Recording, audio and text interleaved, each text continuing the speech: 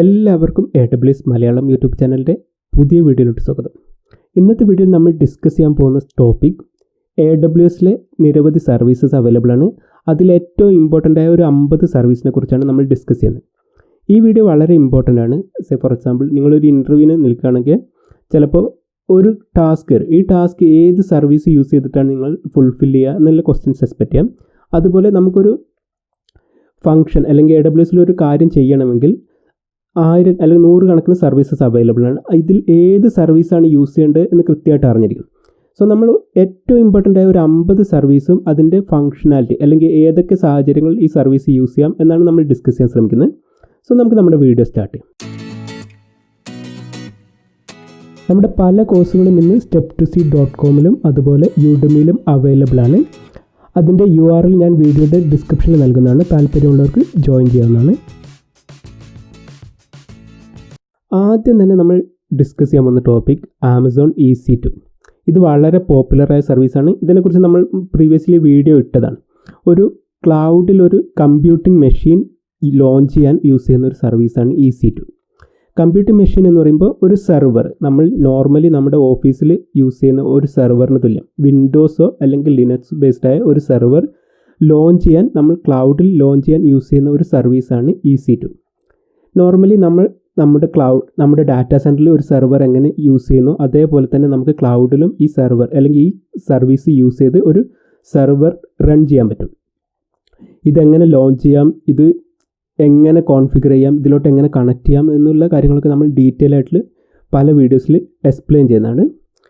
EC2 പറയുന്നത് ഒരു computing സർവീസാണ്. കമ്പ്യൂട്ടിംഗ് സർവീസ് പറഞ്ഞിട്ടുണ്ടെങ്കിൽ നമുക്ക് ഒരു CPU അതുപോലെ മെമ്മറി, ഈ പവറൊക്കെ കിട്ടുന്ന ഒരു തരം സർവീസാണ് EC2. നോർമലി നമ്മുടെ ഒരു സെർവറിനെ റീപ്ലേസ് ചെയ്യാൻ, ക്ലൗഡിൽ ഒരു സെർവറിന് തുല്യമായ ഫങ്ഷനാലിറ്റി ലഭിക്കാൻ വേണ്ടിയിട്ടാണ് EC2 ഉപയോഗിക്കുന്നത്. അടുത്തത് AWS ലാംഡ എന്ന് പറയുന്നത് മറ്റൊരു വളരെ ഇമ്പോർട്ടൻ്റ് ആയ സർവീസാണ്. ഇതും ഒരു കമ്പ്യൂട്ടിംഗ് സർവീസാണ്. AWS ലാംഡയും EC2യും തമ്മിലുള്ള വ്യത്യാസം, ലാംഡ ഉപയോഗിക്കുകയാണെങ്കിൽ നമ്മൾ ആ മെഷീൻ്റെ കോൺഫിഗറേഷനൊന്നും ഹാൻഡിൽ ചെയ്യേണ്ട ആവശ്യമില്ല. ഇതൊരു സെർവർലെസ് കൺസെപ്റ്റാണ്. നമുക്ക് വേണ്ട ഒരു കോഡ് എക്സിക്യൂട്ട് ചെയ്യാൻ ലാംഡ യൂസ് ചെയ്യാം. ഫോർ എക്സാമ്പിൾ ഒരു പൈത്തോൺ കോഡ് അല്ലെങ്കിൽ ഒരു മെഷീൻ ലാംഗ്വേജിൻ്റെ കോഡ്, അങ്ങനെ ഇത്തരം കോഡുകളൊക്കെ എക്സിക്യൂട്ട് ചെയ്യാൻ ലാംഡ യൂസ് ചെയ്യാം. ഇതിനൊരു ലിമിറ്റ് ഉള്ളത്, ഒരു കോഡ് എക്സിക്യൂട്ട് ചെയ്യാൻ മാക്സിമം 15 മിനിറ്റ്, അത്ര 5 മിനിറ്റോ അല്ലെങ്കിൽ 15 മിനിറ്റോ ഇത്ര സമയം മാത്രമേ ഒരു ലാംഡ ഫംഗ്ഷൻ എക്സിക്യൂട്ട് ചെയ്യുള്ളൂ. നോർമലി ഒരു ഇമേജൊക്കെ ക്ലൗഡിലോട്ട് അല്ലെങ്കിൽ നമ്മുടെ S3ലോട്ട് അപ്ലോഡ് ചെയ്തിട്ടുണ്ടെങ്കിൽ അതിനെ പ്രോസസ്സ് ചെയ്യാനൊക്കെ നമുക്ക് ലാംഡ ഫങ്ഷൻസ് യൂസ് ചെയ്യാം. ഇതൊരു കമ്പ്യൂട്ടിംഗ് സർവീസാണ്, സെർവർലെസ് കൺസെപ്റ്റാണ്. സെർവർലെസ് പറഞ്ഞാൽ നമ്മൾ ആ സെർവറിനെ മാനേജ് ചെയ്യേണ്ട ആവശ്യമില്ല, AWS മാനേജ് ചെയ്തോളും. നമ്മൾ അതിൻ്റെ ബാക്ക് എൻഡ് ഇൻഫ്രാസ്ട്രക്ചറിനെ കുറിച്ച് ഒട്ടും വറി ചെയ്യേണ്ട ആവശ്യമില്ല. ദെൻ അടുത്തത് AWS ഇലാസ്റ്റിക് ബീൻസ്റ്റോക്ക് പറയുന്നത്, ഇത് മെയിനായിട്ട് ഡെവലപ്പറിന് വേണ്ടിയിട്ട്. ഫോർ എക്സാമ്പിൾ നമ്മളൊരു .NET ആപ്ലിക്കേഷൻ അല്ലെങ്കിൽ ജാവ ആപ്ലിക്കേഷൻ, PHP ആപ്ലിക്കേഷനൊക്കെ ക്ലൗഡിലോട്ട് മൈഗ്രേറ്റ് ചെയ്യുകയാണെങ്കിൽ അല്ലെങ്കിൽ ക്ലൗഡ് യൂസ് ചെയ്ത് ഡിപ്ലോയ് ചെയ്യുകയാണെങ്കിൽ നമുക്ക് ഇലാസ്റ്റിക് ബീൻസ്റ്റോക്ക് എന്ന ഒരു സർവീസ് യൂസ് ചെയ്യാം. ഇതൊരു പ്ലാറ്റ്ഫോമാണ്. ഈ സർവീസ് അല്ലെങ്കിൽ ഈ പ്ലാറ്റ്ഫോമിൽ നമുക്ക് നമ്മുടെ .NET ആപ്ലിക്കേഷൻ അല്ലെങ്കിൽ ജാവ ആപ്ലിക്കേഷനൊക്കെ ഈസിലി ഡിപ്ലോയ് ചെയ്യാൻ പറ്റും. അതുകൊണ്ട് തന്നെ നമ്മൾ നോർമലി ഉണ്ടാക്കുന്ന അല്ലെങ്കിൽ നമ്മുടെ .NET പ്രോജക്റ്റ് അല്ലെങ്കിൽ ജാവ പ്രോജക്റ്റൊക്കെ ക്ലൗഡിലോട്ട് ഡിപ്ലോയ് ചെയ്യാൻ ഏറ്റവും എളുപ്പം യൂസ് ചെയ്യാൻ പറ്റുന്ന ഒരു സർവീസാണ് Elastic Beanstalk. Then Amazon Lightsail എന്ന് പറയുന്ന ഒരു സർവീസ് ഉണ്ട്. ഇത് ഏകദേശം EC2ന് തുല്യമായിട്ടുള്ള ഒരു സർവീസാണ്. സോ EC2 യൂസ് ചെയ്യുന്ന സമയത്ത് കുറേ കൂടി ഡെവലപ്പർ നോളജ് അല്ലെങ്കിൽ നമുക്ക് കുറച്ചും കൂടി ടെക്നിക്കൽ നോളജ് വേണം. പക്ഷേ EC2ൻ്റെ കുറച്ചും കൂടി ഒരു സിമ്പിൾ വെർഷനാണ് ലൈറ്റ് സെയിൽ. ഇത് വെച്ച് കണ്ടൊക്കെ നമുക്ക് വെബ്സൈറ്റൊക്കെ പെട്ടെന്ന് അപ്പ് ആൻഡ് റണ്ണിങ് ആക്കാം. കൂടുതൽ ടെക്നിക്കൽ നോളജ് അല്ലെങ്കിൽ കൂടുതൽ കോൺഫിഗറേഷൻ ഒന്നും പഠിക്കേണ്ട, വളരെ സിമ്പിളായിട്ട് തന്നെ നമുക്കൊരു വെബ്സൈറ്റൊക്കെ റൺ ചെയ്യണമെങ്കിൽ ഈ സർവീസ് യൂസ് ചെയ്യാം. ഇത് മറ്റൊരു രീതി പറയുകയാണെങ്കിൽ ഇലാസ്റ്റിക് കമ്പ്യൂട്ടർ EC2ൻ്റെ ഒരു സിംപ്ലിഫൈഡ് വെർഷനാണ് Lightsail. Then Amazon EMR ഉണ്ട്. നമുക്ക് ബിഗ് ഡാറ്റ പോലുള്ള പ്രോജക്റ്റ് അല്ലെങ്കിൽ ബിഗ് ഡാറ്റ കുറച്ചും കൂടി കൂടുതൽ കമ്പ്യൂട്ടിംഗ് കപ്പാസിറ്റി ഒക്കെ വേണ്ട മാപ്പ് റെഡ്യൂസും ബിഗ് ഡാറ്റയൊക്കെ ഇൻവോൾവ് ആയിട്ടുള്ള പ്രോജക്റ്റ് ആണെങ്കിൽ ഇലാസ്റ്റിക് മാപ്പ് റെഡ്യൂസ് ഈ സർവീസ് യൂസ് ചെയ്യാവുന്നതാണ്. സോ ഒരു ക്വസ്റ്റ്യൻ, നിങ്ങൾക്ക് ബിഗ് ഡാറ്റ അനാലിസിസിന് വേണ്ടി ഒരു സർവീസ് ക്ലൗഡിൽ യൂസ് ചെയ്യണമെങ്കിൽ AWSൽ ഏത് സർവീസാണ് യൂസ് ചെയ്യുക എന്ന് ചോദിച്ചിട്ടുണ്ടെങ്കിൽ ആമസോൺ EMR എന്നാണ് എൻ്റെ ഉത്തരം. ദെൻ കണ്ടെയ്നർ ബേസ്ഡ് ആയിട്ടുള്ള പ്രോജക്റ്റുകൾക്ക്, അതായത് ഡോക്കർ കണ്ടെയ്നറൊക്കെ യൂസ് ചെയ്യുന്ന പ്രോജക്റ്റുകൾക്കാണെങ്കിൽ AWSൽ ഏത് സർവീസാണ് യൂസ് ചെയ്യുക എന്ന് ചോദിച്ചിട്ടുണ്ടെങ്കിൽ ഇലാസ്റ്റിക് കണ്ടെയ്നർ സർവീസ് എന്ന സർവീസാണ് യൂസ് ചെയ്യുക.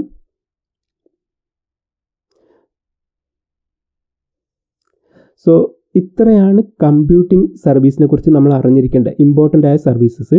ദെൻ ആമസോൺ മെഷീൻ ഇമേജ് എന്ന് പറയുന്ന ഒരു കൺസെപ്റ്റ് ഉണ്ട്, അല്ലെങ്കിൽ ഒരു സർവീസ് എന്ന് പറയാം. ഇത് നമ്മൾ EC2 സെലക്ട് ചെയ്ത സമയത്ത്, അല്ലെങ്കിൽ EC2 പറയുന്നത് ഒരു കമ്പ്യൂട്ടിംഗ് മെഷീനാണ്, അല്ലെങ്കിൽ സെർവറായിട്ട് നമുക്ക് കൺസിഡർ ചെയ്യാം. ഈ സെർവർ നമ്മൾ ലോഞ്ച് ചെയ്യുന്ന സമയത്ത് നമ്മളൊരു ഓപ്പറേറ്റിംഗ് സിസ്റ്റം സെലക്ട് ചെയ്യുന്നുണ്ട്. ആമസോൺ മെഷീൻ ഇമേജ് പറയുന്നത് ഒരു special type of virtual image അല്ലെങ്കിൽ ഒരു ആപ്ലിക്കേഷനായിട്ട് നമുക്ക് കൺസിഡർ ചെയ്യാം. അത് മെയിനായിട്ട് നമ്മുടെ ഓപ്പറേറ്റിംഗ് സിസ്റ്റം, ഏത് തരം ഓപ്പറേറ്റിംഗ് സിസ്റ്റം, അതുപോലെ ഏതൊക്കെ ആപ്ലിക്കേഷനാണ് അതിൽ വേണ്ടത് എന്ന് ഡിഫൈൻ ചെയ്യാൻ യൂസ് ചെയ്യുന്നത്. സോ ഒരു സെർവർ EC2 ലോഞ്ച് ചെയ്യുന്ന സമയത്ത് നമ്മൾ ആമസോൺ മെഷീൻ ഇമേജ് സെലക്ട് ചെയ്തിരുന്നു. അത് ഓൾറെഡി പ്രീ ഡിഫൈൻഡ് ആണ്. അതുപോലെ നമുക്ക് വേണമെങ്കിൽ ആമസോൺ മെഷീൻ ഇമേജ് ക്രിയേറ്റ് ചെയ്യാം. സോ ആമസോൺ മെഷീൻ ഇമേജ് പറയുന്നത് ഒരു ഓപ്പറേറ്റിംഗ് സിസ്റ്റം ആയിട്ട് കൺസിഡർ ചെയ്യാം. ഏറ്റവും സിംപ്ലിഫൈഡ് എക്സാമ്പിളായിട്ട്, അല്ലെങ്കിൽ ഏറ്റവും സിംപ്ലിഫൈഡ് ആയിട്ട് പറയുകയാണെങ്കിൽ ഒരു operating system with application, pre defined ആപ്ലിക്കേഷനൊക്കെ ഇൻസ്റ്റാൾ ചെയ്ത ഒരു ഓപ്പറേറ്റിംഗ് സിസ്റ്റത്തിൻ്റെ ഇമേജ് ആയിട്ട് നമുക്ക് കൺസിഡർ ചെയ്യാം. ദെൻ ആമസോൺ വർക്ക് സ്പേസ് ഉണ്ട്. ഇത് ഡെസ്ക്ടോപ്പ് കമ്പ്യൂട്ടിംഗ് സർവീസാണ്. സോ നോർമലി നമ്മുടെ ഓഫീസിലൊക്കെ എംപ്ലോയീസ് യൂസ് ചെയ്യുന്ന സെർവറല്ല, നോർമലി ഒരു ലാപ്ടോപ്പിനെ റീപ്ലേസ് ചെയ്യാൻ വേണ്ടി യൂസ് ചെയ്യുന്ന ഒരു സർവീസാണ് desktop computing service. So user സ്വന്തം ലാപ്ടോപ്പ് വെച്ച് ഡെസ്ക്ടോപ്പിലോട്ട് ആമസോൺ വർക്ക് സ്പേസിലോട്ട് കണക്ട് ചെയ്യും. സ്വന്തം ഡെസ്ക്ടോപ്പ് അല്ലെങ്കിൽ മറ്റ് ഡിവൈസസ്, ഈവൻ മൊബൈൽ ഫോൺ വെച്ച് വരെ കണക്ട് ചെയ്യാം എന്നാണ് എനിക്ക് തോന്നുന്നത്. അത്തരം ഡിവൈസ് വെച്ച് നമ്മുടെ വെർച്വൽ വർക്ക് സ്പേസിലോട്ട് കണക്ട് ചെയ്യുന്നു. അവിടെ നിന്ന് നമ്മുടെ ക്ലൗഡിൽ യൂസ് ചെയ്യുന്ന, അല്ലെങ്കിൽ നമ്മുടെ ഓഫീസ് നെറ്റ്വർക്ക് ആക്സസ് ചെയ്യുന്ന ഒരു കൺസെപ്റ്റാണ് ആമസോൺ വർക്ക് സ്പേസ്. അടുത്തൊരു ഇമ്പോർട്ടൻറ്റ് സർവീസാണ് ആമസോൺ ഓട്ടോ സ്കെയിലിംഗ്. സോ നമ്മൾ സ്കെയിലിങ്ങിനെ പറ്റി പറഞ്ഞു, വെർട്ടിക്കൽ സ്കെയിലിംഗ്, ഹൊറിസോണ്ടൽ സ്കെയിലിംഗ് ഒക്കെ ഉണ്ട് എന്ന് പറഞ്ഞു. ഓട്ടോ സ്കെയിലിംഗ് എന്ന് പറയുന്നത് നമുക്ക് കൂടുതൽ സർവീസസ് അല്ലെങ്കിൽ കൂടുതൽ റിസോഴ്സിനെ ലോഞ്ച് ചെയ്യണമെങ്കിലും അതുപോലെ റിസോഴ്സിനെ കുറയ്ക്കണമെങ്കിലും ഓട്ടോമാറ്റിക്കായിട്ട് ചെയ്യണമെങ്കിൽ ഈ സർവീസാണ് യൂസ് ചെയ്യുക. സോ നമുക്ക് നമ്മുടെ സർവീസ് ഒരു ഡിമാൻഡിനനുസരിച്ച് കൂടുതൽ സർവീസിനെ ലോഞ്ച് ചെയ്യണമെങ്കിലും അല്ലെങ്കിൽ ഡിമാൻഡ് കുറവുള്ള സമയത്ത് നമ്മുടെ റിസോഴ്സിനെ കുറയ്ക്കണമെങ്കിലും നമുക്ക് ഓട്ടോ സ്കെയിലിംഗ് യൂസ് ചെയ്യാം. ദെൻ ഇലാസ്റ്റിക് ലോഡ് ബാലൻസർ ഉണ്ട്. നമുക്കൊരു നെറ്റ്വർക്കിൽ 2 സെർവർ ഉണ്ട് എന്ന് കരുതാം. ആ സെർവറിലോട്ട് ലോഡ് ബാലൻസ് ചെയ്യാൻ, അതായത് ഒരു സെർവറിലോട്ട് 90% ലോഡും മറ്റൊരു സെർവറിലോട്ട് 10% ലോഡും പോകുന്നത് തടയാൻ, അല്ലെങ്കിൽ നമുക്കൊരു ബാലൻസ് ചെയ്യാൻ, ഈ ഒരു സെർവറിലോട്ട് 50% അല്ലെങ്കിൽ 60% ഫസ്റ്റ് സെർവറിലോട്ടും ബാക്കി 40% സെക്കൻഡ് സെർവറിലോട്ടും പോകണമെങ്കിൽ ലോഡ് ബാലൻസർ യൂസ് ചെയ്ത് നമുക്ക് ലോഡ് ഡിസ്ട്രിബ്യൂട്ട് ചെയ്യാം. അതാണ് ഇലാസ്റ്റിക് ലോഡ് ബാലൻസർ എന്ന കൺസെപ്റ്റ് കൊണ്ട് യൂസ് ചെയ്യുന്നത്. സോ നോർമലി നമ്മൾ ഓട്ടോ സ്കെയിലിംഗും ലോഡ് ബാലൻസറും കമ്പൈൻ ചെയ്തിട്ടാണ് യൂസ് ചെയ്യാം. സോ നമുക്ക് ലോഡ് കൂടുതലുള്ള സമയത്ത് നമ്മൾ കൂടുതൽ സെർവർ ലോഞ്ച് ചെയ്യും. ആ കൂടുതൽ സെർവർ ലോഞ്ച് ചെയ്ത് കഴിഞ്ഞാൽ അതിലോട്ട് ലോഡ് ഡിസ്ട്രിബ്യൂട്ട് ചെയ്യാൻ നമ്മൾ ഇലാസ്റ്റിക് ലോഡ് ബാലൻസറും യൂസ് ചെയ്യും. ഓട്ടോമാറ്റിക്കായിട്ട് കൂടുതൽ സെർവർ ലോഞ്ച് ചെയ്യും. ആ സെർവറിൽ ലോഡ് ബാലൻസ് ചെയ്യാൻ ഇലാസ്റ്റിക് ലോഡ് ബാലൻസർ യൂസ് ചെയ്യും. അതുപോലെ ഡിമാൻഡ് കുറയുമ്പോൾ സെർവർ ഡിലീറ്റ് ചെയ്ത് കളയും. ഇലാസ്റ്റിക് ലോഡ് ബാലൻസർ അനുസരിച്ച് നമ്മുടെ ലോഡ് വീണ്ടും നമ്മൾ റീഡിസ്ട്രിബ്യൂട്ട് ചെയ്യും. ദെൻ ആമസോൺ റൗട്ട് 53 എന്ന് പറയുന്ന ഒരു സർവീസ് ഉണ്ട്. ഇത് എന്തിനാണ് യൂസ് ചെയ്തിട്ടുണ്ടെങ്കിൽ ഡൊമൈൻ നെയിം സിസ്റ്റം, നമ്മുടെ URL ഒക്കെ വെബ്സൈറ്റൊക്കെ വാങ്ങുന്ന സമയത്ത് അല്ലെങ്കിൽ വെബ്സൈറ്റൊക്കെ ഹാൻഡിൽ ചെയ്യണമെങ്കിൽ നമുക്കൊരു ഡൊമൈൻ നെയിം ഉണ്ടാവും. നമുക്ക് ഓൾറെഡി step2c.com എന്ന് പറയുന്ന ഒരു ഡൊമൈൻ ഓൾറെഡി ഉണ്ട്. ഇതുപോലെ ഡൊമൈൻ നെയിം ഹാൻഡിൽ ചെയ്യാൻ വേണ്ടിയിട്ടാണ് റൗട്ട് 53, ആമസോൺ റൗട്ട് 53 എന്ന സർവീസ് യൂസ് ചെയ്യുന്നത്. ദെൻ നമുക്ക് സ്റ്റോറേജ് സർവീസിലോട്ട് പോകാം. സ്റ്റോറേജ് സർവീസിലെ ഏറ്റവും ഇമ്പോർട്ടൻ്റ് ആയ ഒരു സർവീസാണ് EBS. EBS എന്ന് പറയുന്നത് ഇലാസ്റ്റിക് ബ്ലോക്ക് സ്റ്റോർ എന്ന് പറയും. നമ്മളിപ്പോൾ ക്ലൗഡ് കമ്പ്യൂട്ട് സർവീസിനെ പറ്റി പറഞ്ഞു. സെർവർ, നമുക്കൊരു സെർവറൊക്കെ ലോഞ്ച് ചെയ്യാൻ EC2 എന്ന കമ്പ്യൂട്ടിംഗ് മെഷീൻ യൂസ് ചെയ്യാം അല്ലെങ്കിൽ സർവീസ് യൂസ് ചെയ്യാം എന്ന് പറഞ്ഞു. പക്ഷേ അതിൻ്റെ സ്റ്റോറേജ് കിടക്കുന്നത് ഇലാസ്റ്റിക് ബ്ലോക്ക് സ്റ്റോർ ആയിട്ടാണ്. സോ നോർമലി നമ്മുടെ ഫയൽസൊക്കെ നോർമലായിട്ട് നമ്മുടെ ഓഫീസിലൊക്കെ അല്ലെങ്കിൽ നമ്മുടെ കമ്പ്യൂട്ടറിലൊക്കെ സ്റ്റോർ ചെയ്യുന്നതിന് തുല്യമായിട്ട് EBS എന്ന് പറയുന്ന വോളിയത്തിൽ അല്ലെങ്കിൽ EBS എന്ന് പറയുന്ന സർവീസിൽ നമുക്ക് ഡാറ്റ സ്റ്റോർ ചെയ്തേക്കാം. ഇതിൻ്റെ പ്രത്യേകത, ഈ EBS ഒരു കമ്പ്യൂട്ടിംഗ് മെഷീൻ ഒരു EC2 കണക്ട് ചെയ്യുമ്പോൾ മാത്രമേ യൂസ് ചെയ്യാൻ പറ്റുള്ളൂ. ഇതാണ് മെയിനായിട്ടുള്ള ഒരു പ്രത്യേകത. ഒരു EBS നമുക്കൊരു ഹാർഡ് ഡിസ്ക് ആയിട്ട് കൺസിഡർ ചെയ്യാം. ഒറ്റ സമയത്ത് ഒരൊറ്റ കമ്പ്യൂട്ടിംഗ് മെഷീനുമായിട്ട് ഈ EBS കണക്ട് ചെയ്യാൻ പറ്റുള്ളൂ. പക്ഷേ നമുക്ക് ഒരു കമ്പ്യൂട്ടിംഗ് മെഷീനിന് ഡിറ്റാച്ച് ചെയ്ത്, അതായത് ഡിസ്കണക്ട് ചെയ്ത് മറ്റൊരു കമ്പ്യൂട്ടിംഗ് മെഷീനായിട്ട് കണക്ട് ചെയ്ത് യൂസ് ചെയ്യാം. ദെൻ ഇലാസ്റ്റിക് ഫയൽ സിസ്റ്റം ഉണ്ട്.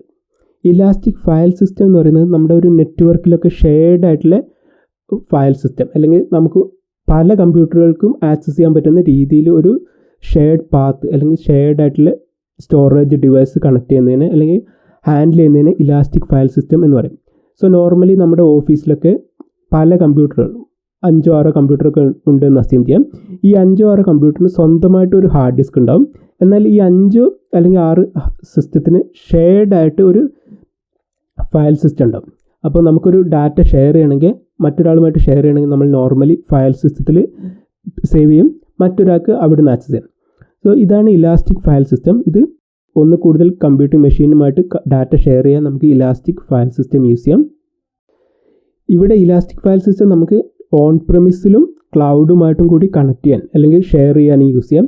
നോർമലി ഒന്ന് കൂടുതൽ ഡിവൈസുമായിട്ട് ഫയൽ സിസ്റ്റം അല്ലെങ്കിൽ ഡാറ്റ ഷെയർ ചെയ്യാൻ വേണ്ടിയിട്ടാണ് ഫയൽ സിസ്റ്റം നമ്മൾ ക്രിയേറ്റ് ചെയ്യുന്നത്. ആമസോൺ ഇലാസ്റ്റിക് ഫയൽ സിസ്റ്റം നമ്മുടെ നോർമൽ ഓഫീസിൽ യൂസ് ചെയ്യുന്ന ഒരു ഫയൽ സിസ്റ്റത്തിന് തുല്യമായിട്ടുള്ള ഒരു കൺസെപ്റ്റാണ്.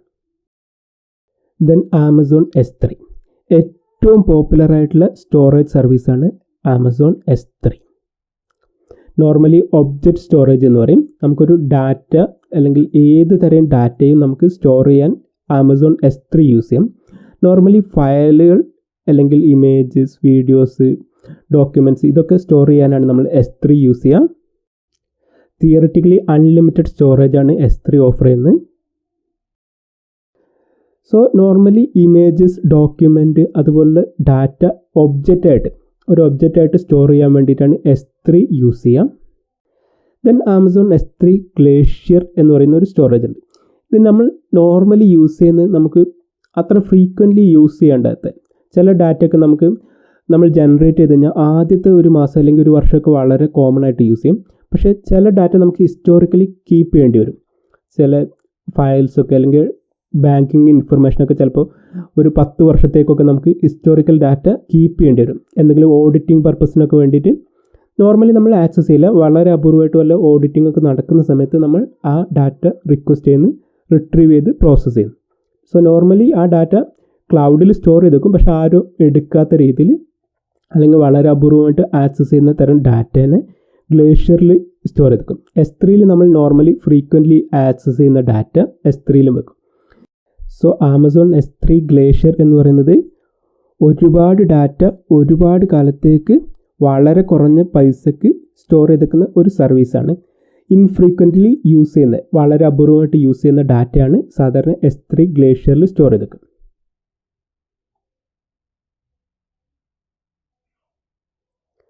Then Amazon storage gateway. ഇത് നമ്മൾ നോർമലി ഒരു ഓഫീസ്, നമ്മുടെ കോമൺ ആയിട്ട് യൂസ് ചെയ്യുന്ന ഒരു സിനാരിയോ ആണ്. നമ്മുടെ ഓഫീസിൽ ഡാറ്റ സ്റ്റോർ ചെയ്തേക്കുന്നത്. പക്ഷേ നമ്മുടെ ഡാറ്റ സ്റ്റോറേജ് ഒരു ലിമിറ്റ് കഴിയുന്നു. സോ നമുക്ക് ക്ലൗഡിലോട്ട് സ്റ്റോർ ചെയ്തേക്കാൻ വേണ്ടി നമ്മൾ ഡാറ്റ സെൻറ്റർ യൂസ് ചെയ്യുന്നത്, നമ്മുടെ ബാക്കി എല്ലാ സോഫ്റ്റ്വെയറും നമ്മുടെ നോർമൽ ഡാറ്റ സെൻറ്ററിൽ യൂസ് ചെയ്യുന്നത്. ഹൈബ്രിഡ് ഡിപ്ലോയ്മെൻറ്റ് പറയുമ്പോൾ നമ്മൾ നമ്മുടെ നോർമൽ ഡാറ്റ സെൻറ്റർ യൂസ് ചെയ്യുന്നത് അല്ലെങ്കിൽ നമ്മുടെ ഓഫീസ് യൂസ് ചെയ്യുന്നത് കുറച്ച് ഡാറ്റ അല്ലെങ്കിൽ നമ്മുടെ കുറച്ച് ഫയൽസ് ക്ലൗഡിലും സ്റ്റോർ ചെയ്തേക്കുന്നത്. അതായത് നമ്മൾ നോർമലി ഡാറ്റ സെൻറ്റർ യൂസ് ചെയ്യുന്നത്, ക്ലൗഡും യൂസ് ചെയ്യുന്നത്. ഇത്തരം കോമ്പിനേഷനാണ് ഹൈബ്രിഡ് ഡിപ്ലോയ്മെൻറ്റ് പറയുന്നത്.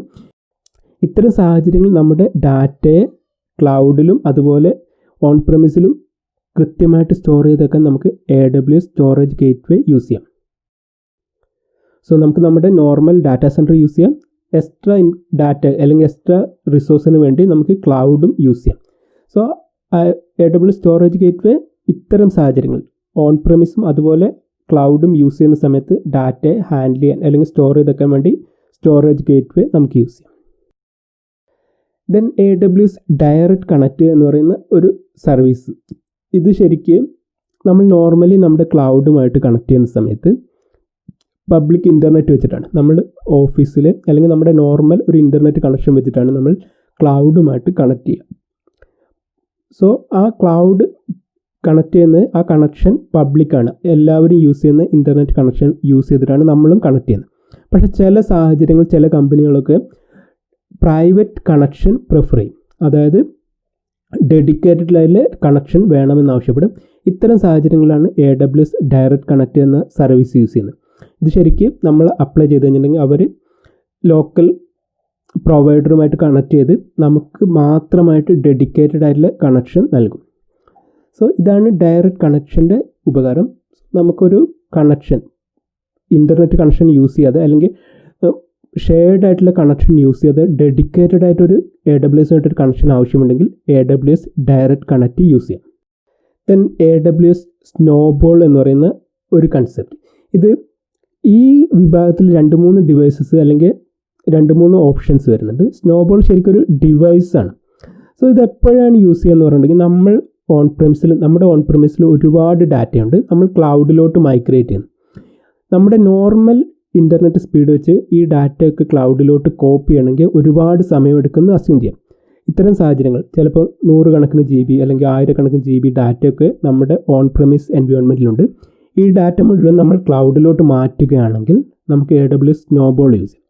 സ്നോബോൾ യൂസ് ചെയ്യുന്ന സമയത്ത് ഇത് പലതരത്തിലുള്ള ഡിവൈസാണ്. ചില ഡിവൈസ് ഒരു സ്യൂട്ട് കേസിൻ്റെ അത്ര വലിപ്പമുണ്ടാവും, അത് നമുക്ക് അയച്ചു തരും. നമ്മൾ കണക്ട് ചെയ്ത് ഈ ഡാറ്റ മുഴുവൻ ആ സ്യൂട്ട് കേസിലോട്ട് കോപ്പി ചെയ്ത് നമ്മൾ തിരിച്ച് AWSന് അയച്ചു കൊടുക്കും.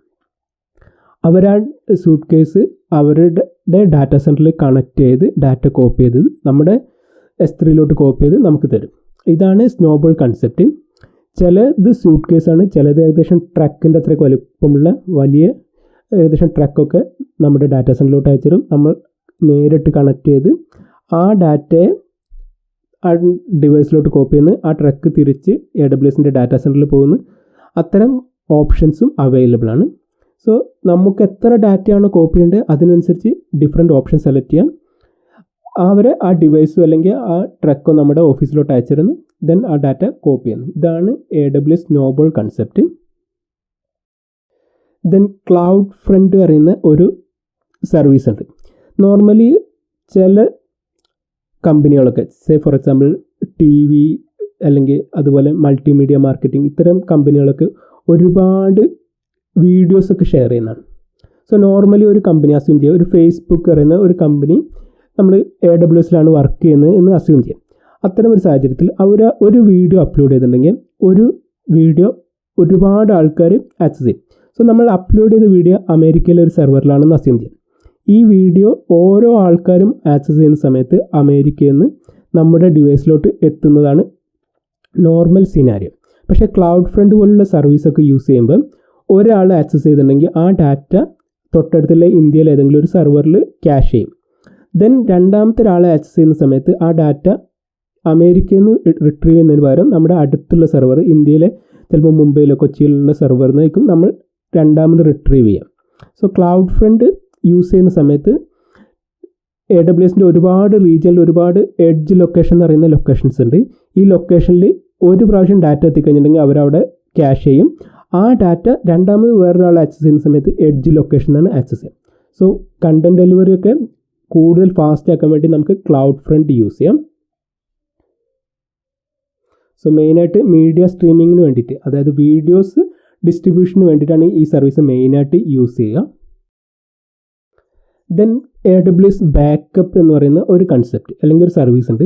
ഇത് നമുക്ക് എല്ലാതരം ബാക്കപ്പിനും സെൻട്രലൈസ്ഡ് ആയിട്ട് ഹാൻഡിൽ ചെയ്യാം. നമുക്കിടെ EBSലെ ഡാറ്റ ബാക്കപ്പ് അതുപോലെ വേറെ ഏതെങ്കിലും സർവീസിൽ യൂസ് ചെയ്യുന്ന ബാക്കപ്പ് എല്ലാം നമുക്ക് സെൻട്രലൈസ്ഡ് ഹാൻഡിൽ ചെയ്യാൻ വേണ്ടി നമുക്ക് യൂസ് ചെയ്യാൻ പറ്റുന്ന ഒരു സർവീസാണ് AWS ബാക്കപ്പ്.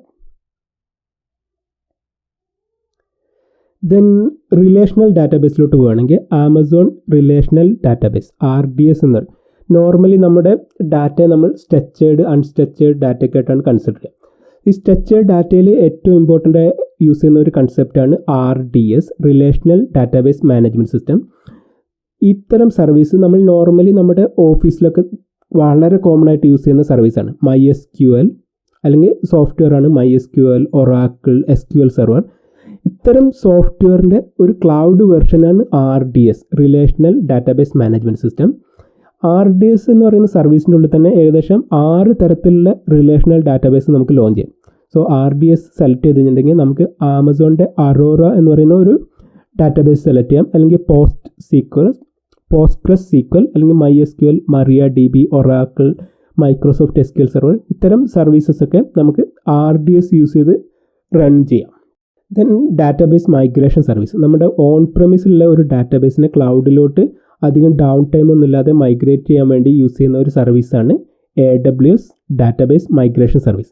സോ ആരെങ്കിലും ഒരാൾ ചോദിക്കുക, നമുക്കൊരു ഓൺ പ്രെമിസിലൊരു ഡാറ്റാബേസ് ഉണ്ട്, അതിനെ നമുക്ക് ക്ലൗഡിലോട്ട് മൈഗ്രേറ്റ് ചെയ്യണം, അധികം ഡൗൺ ടൈം ഒന്നും ഇല്ലാതെ മൈഗ്രേറ്റ് ചെയ്യണമെങ്കിൽ ഏത് സർവീസാണ് യൂസ് ചെയ്യാമെന്ന് ചോദിച്ചിട്ടുണ്ടെങ്കിൽ നമ്മൾ ഒരിക്കലും RDS എന്ന് പറയുന്നത്, RDS ആണ് നമ്മൾ ക്ലൗഡിൽ യൂസ് ചെയ്യുക. ആ ഡാറ്റ സ്റ്റോർ ചെയ്തൊക്കെ നമുക്ക് RDS വേണ്ടി വരും. പക്ഷേ ഈ മൈഗ്രേഷന് വേണ്ടി നമ്മൾ യൂസ് ചെയ്യുന്ന സർവീസാണ് database migration service.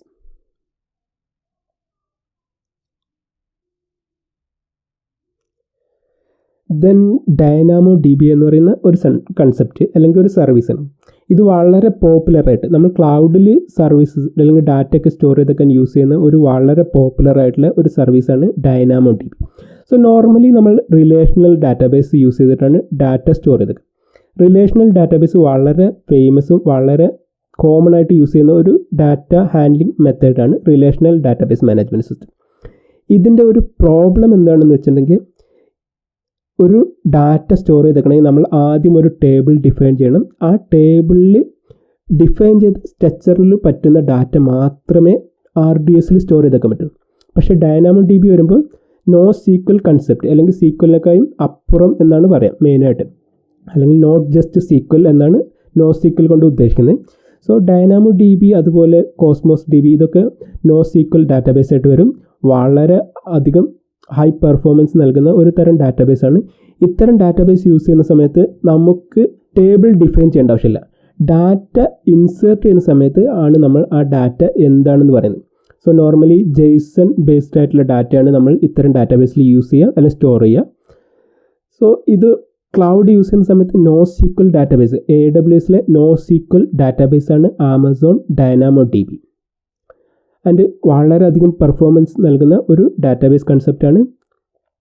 Normally ecommerce വെബ്സൈറ്റൊക്കെയാണ് ഇത്തരം ഡാറ്റാബേസ് യൂസ് ചെയ്യുക, കാരണം ഹൈ പെർഫോമൻസ് നൽകുന്ന ഒരു ഡാറ്റ ഹാൻഡ്ലിംഗ് മെത്തേഡാണ് DynamoDB പ്രൊവൈഡ് ചെയ്യുന്നത്. ദെൻ റെഡ്ഷിഫ്റ്റ് പറയുന്ന ഒരു സർവീസ്. സോ നോർമലി RDS പറയുന്നത് നമ്മൾ വളരെ കോമൺ ആയിട്ട് യൂസ് ചെയ്യുന്ന സർവീസാണെന്ന് പറഞ്ഞു. RDS എപ്പോഴാണ് യൂസ് ചെയ്യുക? നമ്മൾ നോർമലി ഒരു ബാങ്കിലൊക്കെ അല്ലെങ്കിൽ ഒരു ബാങ്കിൻ്റെയൊക്കെ ട്രാൻസാക്ഷൻ നടക്കുന്നത് മിക്കവാറും ഒരു RDS ഡാറ്റാബേസുമായിട്ടായിരിക്കും. പക്ഷേ റെഡ്ഷിഫ്റ്റ് പറയുന്ന ഡാറ്റ വെയർ ഹൗസാണ്. സോ നമുക്ക് ഒരുപാട് ഡാറ്റാബേസ് ഉണ്ട്. ആ ഡാറ്റാബേസിലൊക്കെ ഡാറ്റ കംപ്രസ് ചെയ്ത് അല്ലെങ്കിൽ കമ്പൈൻ ചെയ്തിട്ട് നമുക്ക് അനലൈസ് ചെയ്യണമെങ്കിൽ ആ ഡാറ്റനെ നമ്മൾ ഒരു ETL ടൂളൊക്കെ വെച്ച് നമ്മളൊരു ഡാറ്റ വെയർ ഹൗസിലോട്ട് ലോഡ് ചെയ്യുന്നു. ഈ ഡാറ്റ വെയർ ഹൗസിൽ നോർമലി ഹിസ്റ്റോറിക്കൽ ഡാറ്റ ആയിരിക്കും നമ്മൾ പ്രോസസ്സ് ചെയ്യാം. സോ ഒന്ന് കൂടുതൽ ഡാറ്റ ബേസിലെ ഡാറ്റ വെയർ ഹൗസിൽ കൊണ്ടുപോയി ഡംപ് ചെയ്ത് അതിനെ അനലൈസ് ചെയ്യാൻ യൂസ് ചെയ്യും. സോ ഡാറ്റ വെയർ ഹൗസിന് തുല്യമായ ഒരു കൺസെപ്റ്റാണ് അല്ലെങ്കിൽ സർവീസാണ് റെഡ്ഷിഫ്റ്റ്. മെയിനായിട്ട് ഡാറ്റ അനാലിസിസിനാണ് റെഡ്ഷിഫ്റ്റ് യൂസ് ചെയ്യുക. ദെൻ ആമസോൺ നെപ്റ്റ്യൂൺ എന്ന് പറയുന്ന ഒരു ഡാറ്റാബേസ് ഉണ്ട്. ഇത് ക്ലൗഡിൽ വരുന്ന അല്ലെങ്കിൽ ഒരു പുതിയ തരം ഡാറ്റാബേസാണ്. മെയിനായിട്ട് ഗ്രാഫ് ഡാറ്റാബേസ് എന്ന് പറയും. മെയിനായിട്ട് സോഷ്യൽ നെറ്റ്വർക്കിംഗ് അല്ലെങ്കിൽ സോഷ്യൽ മീഡിയ, നമ്മുടെ ഫേസ്ബുക്ക് പോലുള്ള ഡാറ്റ അല്ലെങ്കിൽ ഫേസ്ബുക്ക് പോലുള്ള സൈറ്റുകളൊക്കെ ഡിസൈൻ ചെയ്യാൻ വേണ്ടിയിട്ടാണ് നെപ്റ്റ്യൂൺ ഡാറ്റാബേസ് യൂസ് ചെയ്യാം. ഇത് ഗ്രാഫ് ഡാറ്റാബേസ് എന്ന് പറയും. ഇതിൽ എഡ്ജ് അതുപോലെ വെർട്ടിക്സ് അങ്ങനെ 2-3 കൺസെപ്റ്റ് വെച്ചിട്ടാണ് റിലേഷനൊക്കെ മാനേജ് ചെയ്യാം. സോ മെയിനായിട്ട് നമ്മുടെ റിലേഷണൽ ഡാറ്റാബേസിൽ ഡാറ്റ ഹാൻഡിൽ ചെയ്യുന്ന സമയത്ത് ഒരുപാട് റിലേഷൻ ഉണ്ടെങ്കിൽ അത് ഹാൻഡിൽ ചെയ്യാൻ വളരെ ബുദ്ധിമുട്ടായിരിക്കും, അതുപോലെ വളരെ സ്ലോയും ആയിരിക്കും. പക്ഷേ നെപ്റ്റ്യൂൺ വരുന്ന സമയത്ത് നമുക്ക് എത്ര കോംപ്ലക്സ് ആയിട്ടുള്ള റിലേഷനും നെപ്റ്റ്യൂൺ വെച്ച് ഡിഫൈൻ ചെയ്യാൻ പറ്റും. അതാണ് ഈ ഡാറ്റാബേസിൻ്റെ പ്രത്യേകത. സോ ഒരു ഗ്രാഫ് ഡാറ്റാബേസിന് തുല്യമായ AWS സർവീസാണ് Amazon Neptune. Then elastic catch പറയുന്നത് ശരിക്കൊരു ക്യാഷിങ്, അതായത് കുറച്ചും കൂടി പെർഫോമൻസ് കിട്ടാൻ വേണ്ടി യൂസ് ചെയ്യുന്ന ഒരു സർവീസാണ്. സോ നമ്മുടെ ഡാറ്റാബേസിലൊക്കെ കൂടുതൽ പെർഫോമൻസ് കിട്ടാൻ വേണ്ടി നമുക്ക് ഇലാസ്റ്റിക് ക്യാഷ് യൂസ് ചെയ്യാം. ദെൻ ആമസോൺ കെനീസിസ് എന്ന് പറയും. ഇത് റിയൽ ടൈം അനാലിസിസിന് വേണ്ടി നമുക്ക് ഒരുപാട് ഡാറ്റ റിയൽ ടൈം ആയിട്ട് ലഭിക്കുകയാണ്. നോർമലി നമ്മുടെ ഡാറ്റയൊക്കെ നമ്മൾ ഹിസ്റ്റോറിക്കൽ ഡാറ്റയാണ് പ്രോസസ്സ് ചെയ്യുക. പക്ഷേ ചില സാഹചര്യങ്ങളിൽ നമുക്ക് റിയൽ ടൈം ആയിട്ടുള്ള ഡാറ്റ അനാലിസിസ് വേണ്ടി വരും. അതായത് നമ്മുടെ ടെമ്പറേച്ചറൊക്കെ മോണിറ്റർ ചെയ്യുന്ന സമയത്ത് അറ്റ്മോസ്ഫിയറിലെ ടെമ്പറേച്ചർ മാറുന്നത് ഏകദേശം റിയൽ ടൈം ആയിട്ട് തന്നെ നമുക്ക് മോണിറ്റർ ചെയ്യണമെങ്കിൽ ഇത്തരം സർവീസസ് യൂസ് ചെയ്യാം. അതുപോലെ ഏതെങ്കിലും ഡാറ്റയെ real time near real time എന്ന് പറയാം, ഏകദേശം 1-2 സെക്കൻഡ് ഡിലേയിൽ അല്ലെങ്കിൽ 5-6 സെക്കൻഡ് ഡിലേയിലൊക്കെ നമുക്ക് പ്രോസസ്സ് ചെയ്യണമെങ്കിൽ ആമസോൺ കെനീസസ് യൂസ് ചെയ്യാം. ഈ ഒരു ഫാമിലിയിൽ 3-4 സർവീസസ് ഉണ്ട്. അത് ചില സർവീസസ് നമ്മുടെ ഡാറ്റ റിട്രീവ് ചെയ്യാൻ, മറ്റ് ചില ഡാറ്റ അനലൈസ് ചെയ്യാനൊക്കെയാണ് യൂസ് ചെയ്യാം. സോ ഇത്ര മാത്രം അറിയാം. ഡാറ്റ റിയൽ ടൈമിൽ ഡാറ്റ പ്രോസസ്സ് ചെയ്യാൻ നമ്മൾ യൂസ് ചെയ്യുന്ന സർവീസാണ് കെനീസസ്. ദെൻ ആമസോൺ അത്തീന എന്ന് പറയും. സോ നോർമലി നമ്മുടെ ഡാറ്റയൊക്കെ നമ്മൾ ഡാറ്റാബേസിൽ സ്റ്റോർ ചെയ്തിട്ടുണ്ടെങ്കിൽ അതിനെ റിട്രീവ് ചെയ്യാൻ നമ്മൾ SQL സ്റ്റേറ്റ്മെൻറ്റാണ് യൂസ് ചെയ്യുക. പക്ഷേ ചില സമയത്ത് നമ്മുടെ ഡാറ്റ CSV ഫയലായിട്ട് സ്റ്റോർ ചെയ്തിട്ടാണ് അസ്യൂം ചെയ്യാം. ഈ ഡാറ്റയെ നമുക്ക് റിട്രീവ് ചെയ്യണമെങ്കിൽ അത്തീന യൂസ് ചെയ്തിട്ട്, ഇതൊരു ക്വറി സർവീസാണ് that allow you to run SQL query. നമുക്ക് SQL ക്വറി എഗെയിൻസ്റ്റ് നോർമൽ ഡാറ്റാബേസിന് എതിരെയും അതുപോലെ ഈവൻ CSV ഫയലിനൊക്കെ എതിരെ പോലും ക്വറി ചെയ്താൽ നമുക്ക് അത്തീന യൂസ് ചെയ്യാം. സോ നമ്മുടെ ഒരു ഡാറ്റ, നമ്മുടെ ഒരു CSV ഫയൽ നമ്മുടെ ക്ലൗഡിൽ സ്റ്റോർ ചെയ്തിട്ടുണ്ടെങ്കിൽ ആ ഡാറ്റയെ ആക്സസ് ചെയ്യാൻ അത്തീന യൂസ് ചെയ്യാം. നോർമലി ആ ഡാറ്റയിൽ നിന്ന് അല്ലെങ്കിൽ ആ CSV നിന്ന് ഡാറ്റ എടുക്കണമെങ്കിൽ നമ്മളൊരു ലോക്കൽ ഡാറ്റാബേസ് മെയിൻറ്റെയിൻ ചെയ്ത് CSV ഫയലിനെ ലോക്കൽ ഡാറ്റാബേസിലോട്ട് അപ്ലോഡ് ചെയ്തതിന് ശേഷം മാത്രമേ നമുക്ക് റിട്രീവ് ചെയ്യാൻ പറ്റുള്ളൂ. ക്വറി എക്സിക്യൂട്ട് ചെയ്ത് ഡാറ്റ റിട്രീവ് ചെയ്യാൻ പറ്റുള്ളൂ. പക്ഷേ അത്തീന യൂസ് ചെയ്യുകയാണെങ്കിൽ നമുക്ക് ആ CSV ഫയലിന് തന്നെ SQL കോഡ് എക്സിക്യൂട്ട് ചെയ്ത് ഡാറ്റ റിട്രീവ് ചെയ്യാൻ പറ്റും. അതാണ് അതിൻ്റെ പ്രത്യേകത. നമ്മളൊരു ലോക്കൽ ഡാറ്റാബേസ് മെയിൻറ്റെയിൻ ചെയ്യേണ്ട ആവശ്യമില്ല. നമുക്ക് നമ്മുടെ CSV ഫയൽ തന്നെ നേരിട്ട് ക്ലൗഡിൽ സ്റ്റോർ ചെയ്തേക്കാം, അവിടുന്ന് ഡാറ്റ റിട്രീവ് ചെയ്യാൻ പറ്റും. ദെൻ AWS ഗ്ലൂ എന്ന് പറയുന്ന സർവീസ്, ഇതൊരു ETL സർവീസായിട്ട് നമുക്ക് കൺസിഡർ ചെയ്യാം. സോ പല സോഴ്സിൽ നിന്ന് ഡാറ്റ എടുത്ത് ഒരു ഡെസ്റ്റിനേഷനിൽ സേവ് ചെയ്യണമെങ്കിൽ നമുക്ക് ഗ്ലൂ യൂസ് ചെയ്യാം. സോ നമുക്ക് ഒരുപാട് ഡാറ്റ പല സോഴ്സിലുണ്ടെങ്കിൽ ഗ്ലൂ യൂസ് ചെയ്ത് അതിനെ റിട്രീവ് ചെയ്യാൻ പറ്റും. നമ്മൾ ആ ഡാറ്റനെ എല്ലാം കൂടി ഒരൊറ്റ സെൻറ്ററിൽ കൊണ്ടുവരേണ്ട ആവശ്യമില്ല. ആ ഡാറ്റ എവിടെയാണോ ഉള്ളത് അവിടുന്ന് നമുക്ക് ഗ്ലൂ യൂസ് ചെയ്ത് ഡാറ്റ റിട്രീവ് ചെയ്ത് പ്രോസസ്സ് ചെയ്യാൻ പറ്റും. ദെൻ ക്യുക്സൈറ്റ് പറയുന്ന ഒരു സർവീസ് ഉണ്ട്. ഇത് മെയിനായിട്ട് യൂസ് ചെയ്യുന്നത് ഡാറ്റ വിഷ്വലൈസേഷന് വേണ്ടി അല്ലെങ്കിൽ ഡാറ്റ ബിസിനസ് അനാലിറ്റിക്സ് സർവീസിന് വേണ്ടി. സോ നോർമലി ടാബ്ലൂ, ക്ലിക്ക് വ്യൂ പോലുള്ള സർവീസ് അല്ലെങ്കിൽ പവർ BI പോലുള്ള സർവീസസ് ഡാറ്റ വിഷ്വലൈസ് ചെയ്യാൻ യൂസ് ചെയ്യും. ക്യുക്സൈറ്റ് ആമസോണിൻ്റെ അകത്ത് നമുക്ക് ഡാറ്റ വിഷ്വലൈസ് ചെയ്യാൻ വേണ്ടി യൂസ് ചെയ്യാൻ പറ്റുന്ന ഒരു സർവീസാണ് ക്യുക്സൈറ്റ്. സോ മെയിനായിട്ട് ബിസിനസ് അനാലിറ്റിക്സ് സർവീസിനാണ് ഈ സർവീസ് യൂസ് ചെയ്യാം. ദെൻ CLI, AWS CLI എന്ന് പറയുന്നത് ഒരു ആപ്ലിക്കേഷൻ നമുക്ക് ക്ലൗഡിൽ നിന്ന് ഡൗൺലോഡ് ചെയ്ത് യൂസ് ചെയ്യാം.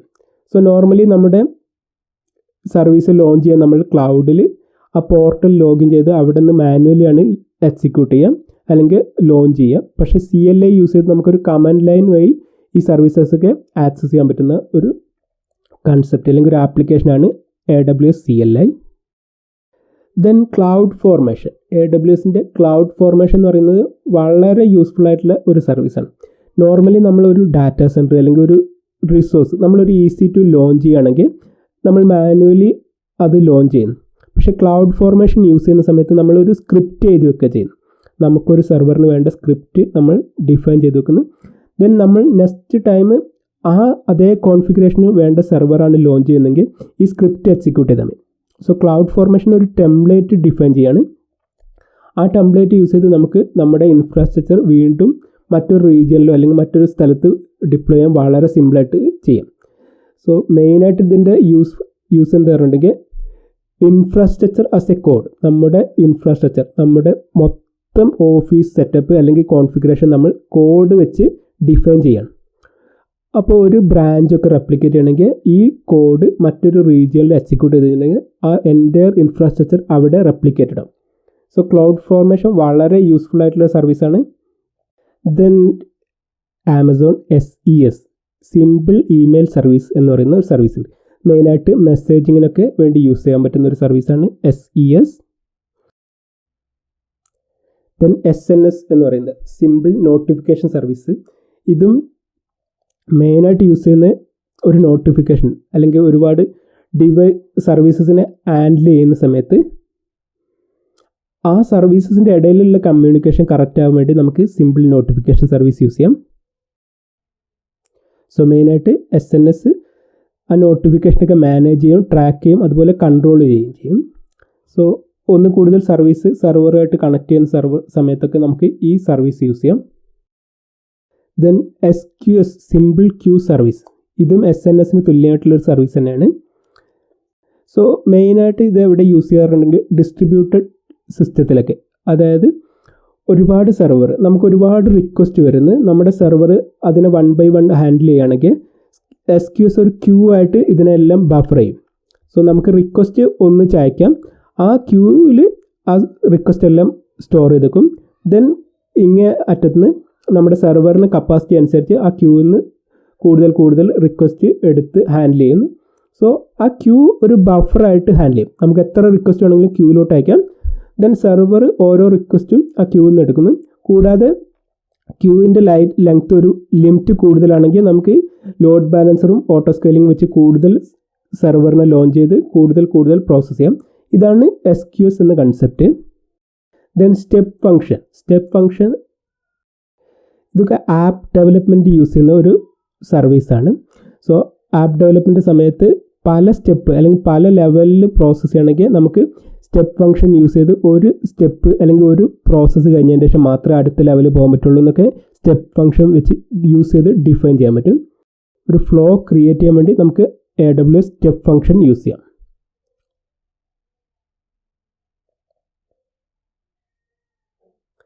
Then AWS VPC virtual private cloud, ഇതിനെക്കുറിച്ച് നമ്മളൊരു ഡീറ്റെയിൽ വീഡിയോ ഓൾറെഡി അപ്ലോഡ് ചെയ്തതാണ്.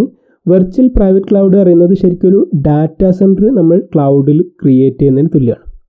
നമ്മുടെ റിക്വയർമെൻറ്റിനനുസരിച്ച് നമ്മൾ ഡിഫൈൻ ചെയ്യുന്ന ഒരു നെറ്റ്വർക്കാണ് വെർച്വൽ പ്രൈവറ്റ് ക്ലൗഡ്. ആ ഡാറ്റാ സെൻറ്റർ ക്രിയേറ്റ് ചെയ്യുന്ന അല്ലെങ്കിൽ ഒരു നെറ്റ്വർക്ക് ക്രിയേറ്റ് ചെയ്യുന്ന സമയത്ത് നമുക്ക് പ്രൈവറ്റ് നെറ്റ്വർക്കും പബ്ലിക് നെറ്റ്വർക്കും ഒക്കെ അതിൽ ഡിഫൈൻ ചെയ്യാം. എങ്ങനെ അല്ലെങ്കിൽ ഏത് പാർട്ട് ഇൻ്റർനെറ്റിനെ ആക്സസ് ചെയ്യാം, ഏത് പാർട്ട് ഇൻ്റർനെറ്റിന് ഐസൊലേറ്റ് ചെയ്യാം എന്നുള്ള കാര്യങ്ങളൊക്കെ നമുക്ക് ഈ VPC ക്രിയേറ്റ് ചെയ്യുന്ന സമയത്ത് അല്ലെങ്കിൽ ഡിഫൈൻ ചെയ്യുന്ന സമയത്ത് ചെയ്യാവുന്നതാണ്. ഇത് വളരെ ഇമ്പോർട്ടൻ്റ് ആയിട്ടുള്ള ഒരു കൺസെപ്റ്റ് അല്ലെങ്കിൽ ഒരു സർവീസാണ്. കുറച്ച് ഡീറ്റെയിൽ ആയിട്ട് പഠിക്കേണ്ട ഒരു സർവീസുമാണ്. സോ ഇതിനെക്കുറിച്ച് നമ്മളൊരു വളരെ ഡീറ്റെയിൽ ആയിട്ടൊരു വീഡിയോ ഓൾറെഡി അപ്ലോഡും ചെയ്തിട്ടുണ്ട്. AWS VPC അല്ലെങ്കിൽ virtual private cloud.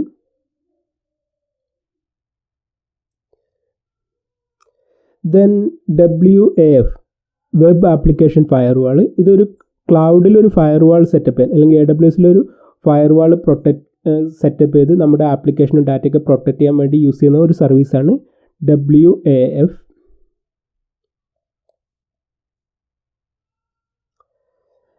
Then AWS budget, നമുക്കൊരു കസ്റ്റം ബഡ്ജറ്റ് സെറ്റ് ചെയ്തേക്കാൻ വേണ്ടി യൂസ് ചെയ്യാൻ പറ്റുന്ന ഒരു സർവീസാണ് AWS ബഡ്ജറ്റ്.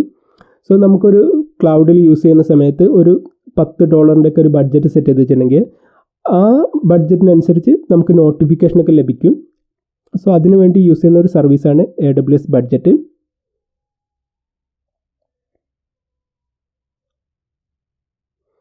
ദെൻ AWSലെ SageMaker, ആമസോൺ SageMaker, ഇത് മെഷീൻ ലേണിങ്ങിന് വേണ്ടി യൂസ് ചെയ്യുന്നത്. അതായത് നമുക്കൊരു മെഷീൻ ലേണിംഗ് സർവീസ് അല്ലെങ്കിൽ ഒരു മോഡലൊക്കെ ബിൽഡ് ചെയ്ത് ട്രെയിൻ ചെയ്ത് ഡിപ്ലോയ് ചെയ്യാൻ വേണ്ടി നമ്മൾ യൂസ് ചെയ്യുന്ന ഒരു സർവീസാണ് AWS SageMaker. സോ നമ്മൾ മെഷീൻ ലേണിംഗ് അല്ലെങ്കിൽ ഡാറ്റ അനാലിസിസ് ഒക്കെ ഇൻട്രസ്റ്റ് ആയിട്ടുള്ള ആൾക്കാർക്ക് ഈ സർവീസസ് യൂസ് ചെയ്യാം. ദെൻ AWS ഓർഗനൈസേഷൻ, നമുക്ക് ഒന്ന് കൂടുതൽ AWS അക്കൗണ്ട് ഉണ്ടെങ്കിൽ ആ അക്കൗണ്ടിനെല്ലാം മാനേജ് ചെയ്യാൻ വേണ്ടി നമ്മൾ സെൻട്രലൈസ്ഡ് യൂസ് ചെയ്യുന്ന ഒരു സർവീസാണ് AWS ഓർഗനൈസേഷൻ. അതായത് നമുക്ക് ഒന്ന് കൂടുതൽ AWS അക്കൗണ്ടുകൾ മാനേജ് ചെയ്യണമെങ്കിൽ നമുക്ക് AWS ഓർഗനൈസേഷൻ യൂസ് ചെയ്യാം. സോ നോർമലി കമ്പനികൾക്കൊക്കെ അല്ലെങ്കിൽ സർവീസ് ബേസ്ഡ് കമ്പനികളൊക്കെ ഒന്ന് കൂടുതൽ ക്ലയൻറ്റിനൊക്കെ ഹാൻഡിൽ ചെയ്യുന്ന സമയത്ത് AWS ഓർഗനൈസേഷൻ വെച്ച് എല്ലാ അക്കൗണ്ടും മാനേജ് ചെയ്യാൻ പറ്റുന്നതാണ്.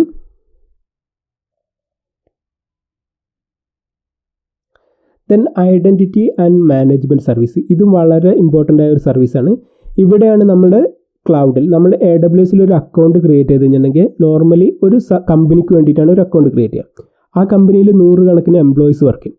ഓരോ എംപ്ലോയീസിനും വേണ്ട യൂസർ നെയിം, പാസ്വേഡ്, അതുപോലെ അവരുടെ ആക്സസ് ലെവലൊക്കെ നമുക്ക് ഈ identity and management service use ചെയ്ത് ഡിഫൈൻ ചെയ്യാം, കൺട്രോൾ ചെയ്യാൻ പറ്റും. സോ നോർമലി നമ്മുടെ ഒരു ഓഫീസിലൊക്കെ ഒരു ആക്റ്റീവ് ഡയറക്ടറിക്ക് തുല്യമായിട്ടുള്ള ഒരു സർവീസാണ് ഐഡൻറ്റിറ്റി ആൻഡ് മാനേജ്മെൻറ്റ് സർവീസ്. യൂസറിനെ ഹാൻഡിൽ ചെയ്യാൻ വേണ്ടി ആണ് മെയിനായിട്ട് നമ്മൾ ഈ സർവീസ് യൂസ് ചെയ്യാം. ദെൻ AWS കൊഗ്നിറ്റോ എന്ന് പറയുന്നത്, നമ്മളൊരു ആപ്ലിക്കേഷനൊക്കെ ഡിഫൈൻ ചെയ്യുക അല്ലെങ്കിൽ ഒരു ആപ്ലിക്കേഷൻ ഉണ്ടാക്കുകയാണെന്ന് അസ്യൂം ചെയ്യാം. ഈ ആപ്ലിക്കേഷന് ഒരു ലോഗിൻ ഉണ്ട്, യൂസർ നെയിം പാസ്വേഡും റിസീവ് ചെയ്ത് ഒരു ലോഗിൻ പാർട്ട് ഉണ്ട് എന്ന് അസ്യൂം ചെയ്യാം. നമ്മൾ കൊഗ്നിറ്റോ യൂസ് ചെയ്യുകയാണെങ്കിൽ നോർമലി ഇപ്പോൾ വളരെ ഫേമസ് ആയിട്ടുള്ള ചില സോഫ്റ്റ്വെയർ അല്ലെങ്കിൽ ലോഗിനാണ് ഗൂഗിള്, അതുപോലെ ആമസോൺ അക്കൗണ്ട്, അതുപോലെ ഫേസ്ബുക്ക് അക്കൗണ്ട്. ഇത്തരം സോഷ്യൽ മീഡിയ അക്കൗണ്ട് യൂസ് ചെയ്ത് നമ്മുടെ ആപ്ലിക്കേഷനിൽ ഒരു അക്കൗണ്ട് ക്രിയേറ്റ് ചെയ്യണമെങ്കിൽ നമുക്ക് ഈ സർവീസ് കൊഗ്നിറ്റോ യൂസ് ചെയ്യാം. സോ ഇവിടെ മെയിനായിട്ട് ഇത് എങ്ങനെ യൂസ് ചെയ്യുന്നത് അല്ലെങ്കിൽ എന്തിനാണ് യൂസ് ചെയ്യുന്നത് വെച്ചിട്ടുണ്ടെങ്കിൽ, നമുക്കൊരു ആപ്ലിക്കേഷൻ, നമ്മളൊരു യൂസറിന് ഒരു ആപ്ലിക്കേഷൻ കൊടുക്കുന്നു, അവർക്ക് ലോഗിൻ ചെയ്യണം. പക്ഷേ യൂസറിന് ഒരു പുതിയ യൂസർ നെയിമും പാസ്വേഡും ക്രിയേറ്റ് ചെയ്ത് ഇതിലോട്ട് ലോഗിൻ ചെയ്യാൻ താല്പര്യമില്ല. പകരം അല്ലെങ്കിൽ ആ ഒരു പ്രൊസീജിയർ ഒഴിവാക്കി ഓൾറെഡി ഉള്ള യൂസർ നെയിം അല്ലെങ്കിൽ ഓൾറെഡി ഉള്ള ജിമെയിൽ അക്കൗണ്ട് അല്ലെങ്കിൽ ഫേസ്ബുക്ക് അക്കൗണ്ട് വെച്ച് നമ്മുടെ സെർവറിൽ അല്ലെങ്കിൽ നമ്മുടെ ആപ്ലിക്കേഷനിലോട്ട് അവർക്കൊരു അക്കൗണ്ട് ക്രിയേറ്റ് ചെയ്ത് ലോഗിൻ ചെയ്യണമെങ്കിൽ കൊഗ്നിറ്റോ സർവീസ് യൂസ് ചെയ്യും.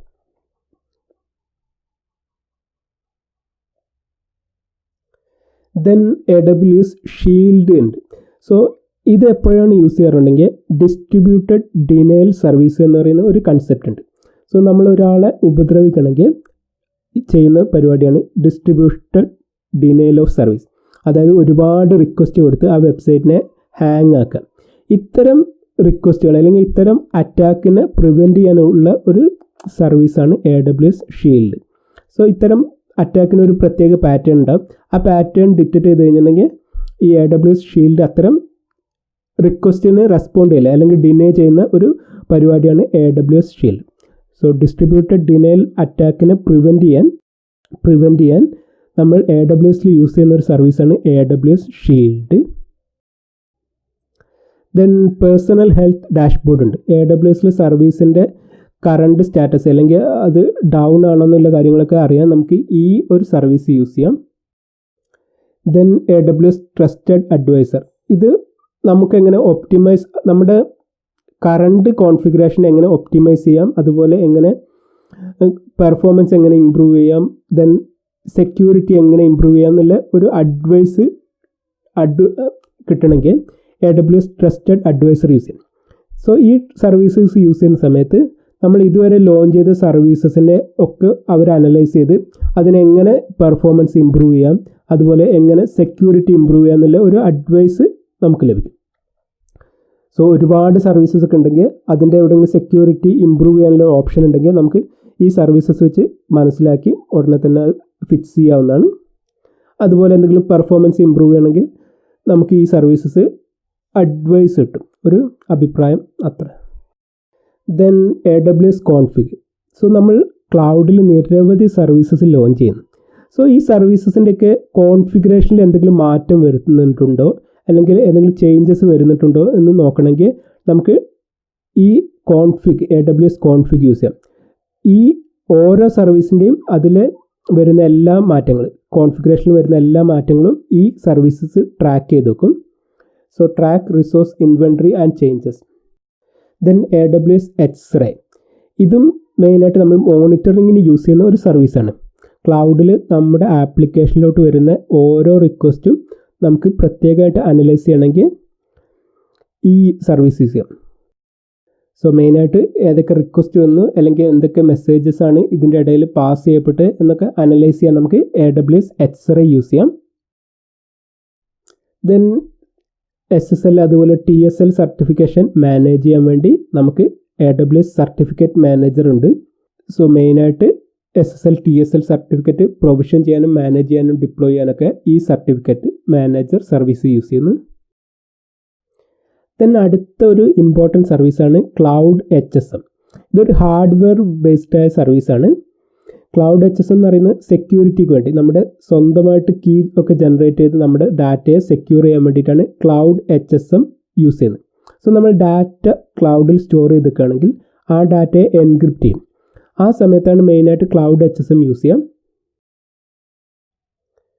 Then AWS secret manager. ഇതും നമ്മുടെ ഇമ്പോർട്ടൻ്റ് ആയ ഡാറ്റ അല്ലെങ്കിൽ സീക്രട്സ് ഒക്കെ മാനേജ് ചെയ്യാൻ വേണ്ടി. സോ നമ്മുടെ ഡാറ്റാബേസിൻ്റെ ക്രെഡൻഷ്യലൊക്കെ നമുക്ക് ഹാൻഡിൽ ചെയ്യാൻ നമുക്ക് AWS സീക്രട്ട് മാനേജർ യൂസ് ചെയ്യാം. സോ യൂസർ നെയിമും പാസ്വേഡൊന്നും നമ്മൾ നമ്മുടെ ആപ്ലിക്കേഷനിൽ ഡിഫൈൻ ചെയ്യേണ്ട. സോ നമ്മളൊരു ഡാറ്റാബേസ് കണക്ട് ചെയ്യുന്ന ഒരു ആപ്ലിക്കേഷൻ ഉണ്ടാക്കുകയാണെന്ന് അസ്യൂം ചെയ്യാം. നമ്മുടെ ആപ്ലിക്കേഷൻ്റെ അകത്ത് നമ്മൾ യൂസർ നെയിമും പാസ്വേഡും എഴുതേണ്ട ആവശ്യമില്ല. പകരം നമുക്ക് സീക്രട്ട് മാനേജർ വെച്ച് നമ്മുടെ എല്ലാ സീക്രട്ടും യൂസർ നെയിമും പാസ്വേഡും ക്രെഡൻഷ്യലൊക്കെ നമുക്ക് സീക്രട്ട് മാനേജറിൽ ഹാൻഡിൽ ചെയ്യാം. നമ്മുടെ ആപ്ലിക്കേഷൻ സീക്രട്ട് മാനേജർ യൂസ് ചെയ്ത് ഓതൻറ്റിക്കേറ്റ് ചെയ്യും. അതാണ് ഈ കൺസെപ്റ്റ്. അതുകൊണ്ട് തന്നെ നമ്മുടെ യൂസർ നെയിമും പാസ്വേഡൊന്നും നമ്മൾ ആപ്ലിക്കേഷനിൽ ബ്ലൈൻഡായിട്ട് അല്ലെങ്കിൽ ടെസ്റ്റ് ഫയലായിട്ട് എഴുതേണ്ട ആവശ്യമില്ല. കുറേ കൂടി സെക്യൂർ ആയിട്ട് നമ്മുടെ സീക്രട്ടൊക്കെ യൂസ് ചെയ്യാൻ നമുക്ക് സീക്രട്ട് മാനേജർ യൂസ് ചെയ്യാം. സോ ഇതാണ് ഏറ്റവും ഇമ്പോർട്ടൻ്റ് ആയ ഒരു 50 സർവീസാണ് നമ്മൾ ഇന്നത്തെ വീഡിയോയിൽ എക്സ്പ്ലെയിൻ ചെയ്ത്. എന്തെങ്കിലും ഡൗട്ട് ഉണ്ടെങ്കിൽ കമൻറ്റ് ചെയ്യാം. Then so that's all for this video. Thanks for watching. നമ്മുടെ പല കോഴ്സുകളും ഇന്ന് step2c.com അതുപോലെ യൂഡമിയിലും അവൈലബിൾ ആണ്. അതിൻ്റെ URL ഞാൻ വീഡിയോയുടെ ഡിസ്ക്രിപ്ഷനിൽ നൽകുന്നതാണ്. താല്പര്യമുള്ളവർക്ക് ജോയിൻ ചെയ്യാവുന്നതാണ്.